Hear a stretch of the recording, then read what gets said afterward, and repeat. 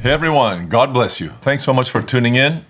I have prepared a reflection for your edification called Be a Hammer for God. This reference comes from, in fact, the saints that we're celebrating on this day, the day that I'm making this reflection, which is the 1st of August, the beginning of the 2-week Dormition Fast, and the day on which we don't just bring the cross out for encouragement throughout the fast, but we celebrate the lives of some incredibly brave servants of God, the Mcabes. The Mcabes, the 7 Maccabee sons of the pious Solomonia, and Eleazar, their teacher, their rabbi, their master. They're all commemorated. These incredible Mcabes, of course, are the freedom fighters of Israel who fought against the pagan Greeks in the 2nd century BC when the Greeks, in their intolerance, were imposing idol worship upon the people of God. They were forbidding believers to keep the law and to circumcise their children and to gather in worship. And so the faithful had to go into hiding. Many lost their souls. Many lost their fidelity to God because of their fear of losing their lives.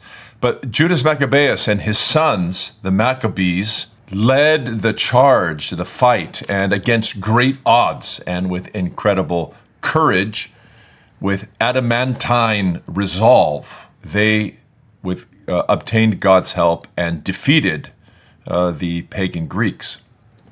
And their feast isn't just celebrated by the Jewish people. It was celebrated, of course, for their victories for the 150 or so years before the coming of Christ by the Jews. Hanukkah is a feast in their honor. Jesus is seen in the 10th chapter of St. John's Gospel celebrating this feast, and their commemoration has come into the Christian liturgical calendar for celebrating these righteous individuals of the Old Covenant, these incredible Maccabees, on the 1st of August. We remember especially the martyrdom that's described, of course, in the scriptural books of the Maccabees. We have the Maccabean history in the longer Old Testament, the Church's Old Testament.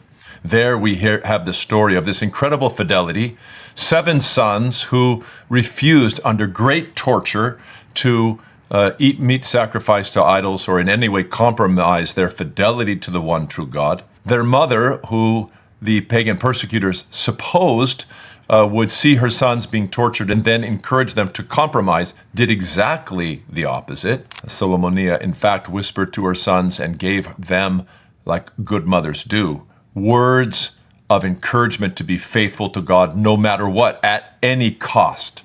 And she watched all of her sons be killed by the Greek pagan persecutors. And Eleazar, their teacher, their great instructor, also lost his life. This martyric band, and many like them, have been honored by the church. Their relics were kept in Antioch. In fact, it was during the time of St. John Chrysostom in the middle of the 4th century that they came into the possession of the church, and the synagogue, which had been kind of the repository of their relics, became a church temple, a Christian church temple in Antioch, and their relics were there venerated. If you ask me, the Maccabees have extreme relevance to our own time, this time in which the viciousness of aggressive globalization, that is the imposition of godless, secular Western culture on the world, has been in high gear for decades and is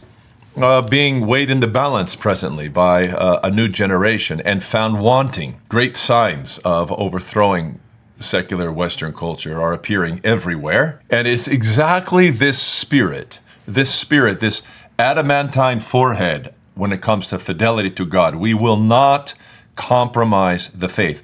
If the West will be saved, if we are going to be able to escape complete obliteration from Western secularism, we're only going to do it by having a resolve to exalt the name and the worship of the Holy Trinity, the one true God and his Son, Jesus Christ, and his Holy Spirit.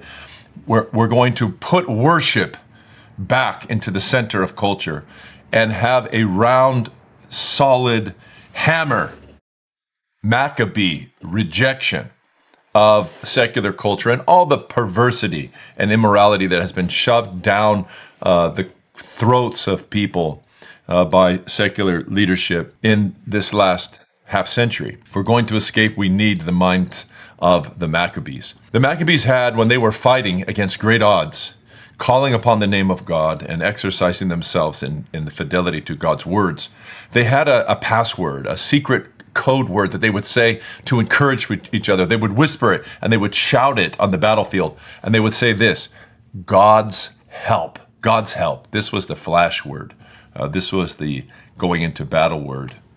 These incredible Maccabees. They're honored not just in our feasts on the 1st of August, but the example of the Maccabees is something that is hymned by the church fathers. St. Gregory the Theologian, I think it's his 15th oration, hymns the Maccabees. St. John Chrysostom delivered 3 different sermons on the Maccabees, as well as reflecting upon them, I think in his commentary on the 44th Psalm. He viewed the Maccabees as incredible examples of true Christians and pointed out clearly that they were prototypes of Christians who would be asked by Christ to deny themselves, pick up their cross, and follow Christ. Remember, we who serve the Lord, to bear his cross, to pick up his cross, means to embrace death if that's what's necessary to be faithful. In following him, we're willing to die. We're willing to take up our cross. This is what it doesn't mean getting a fancy gold cross. Of course, we like to wear our crosses. We always get one at baptism, and then we wear it constantly. I have mine, and I hope you have yours. But bearing the cross means being willing to die. It means having the Maccabean spirit. St. John Chrysostom, commenting on the fact that St. Paul, in his epistle to the Hebrews, directly refers to the Maccabees and praises them in that great Hall of Faith chapter 11, where St. Paul is pointing out all the examples of incredible death-defying faith in the Old Testament. He specifically refers to those who refused to obtain release so that they might obtain a better resurrection. I think that's verse 35 of chapter 11 of Hebrews. They refused compromising so that they could be released because they wanted to obtain a better resurrection. It was just that confidence in the coming of resurrection that inspired the Maccabees. And can you imagine? They did this 150 years before Christ's incarnation, before death had been conquered, before Jesus had become the first one to go into death voluntarily and then destroy it from the inside and then rise again on the 3rd day, bringing humanity to a post-death purely alive reality.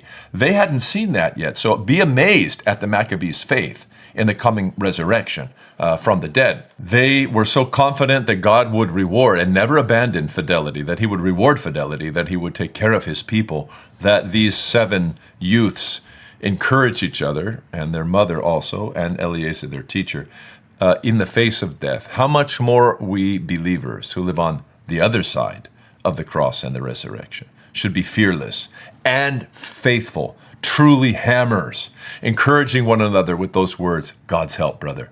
God's help, sister. Let's fight together for fidelity to God. Let's fight until the love of God is what animates our culture again. And the worship of God is at the center of our culture. And the law of God is tangibly, clearly referred to and is the basis of all of our laws. That is normal. That is Christian Europe. That is the Christian West in her best days, unfortunately, long gone. These Maccabees persuaded people, first themselves and then others, to be faithful and not to lose heart. They encouraged people to fight and not to lose hope, and they were certain that God would have the victory over any suffering and any death in their lives. And I suggest that today we ought renew our minds also in this way. And let's fight. Let's be faithful and not lose heart. Let's fight and not lose hope. And let's be confident and courageous that salvation is at hand. The Lord will never allow our fidelity to him to be unrewarded.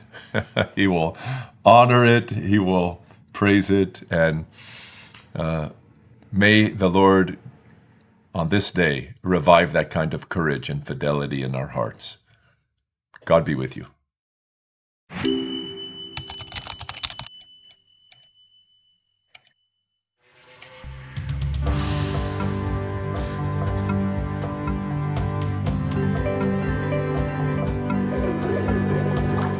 A blessed Lord's Day to all of you, brothers and sisters.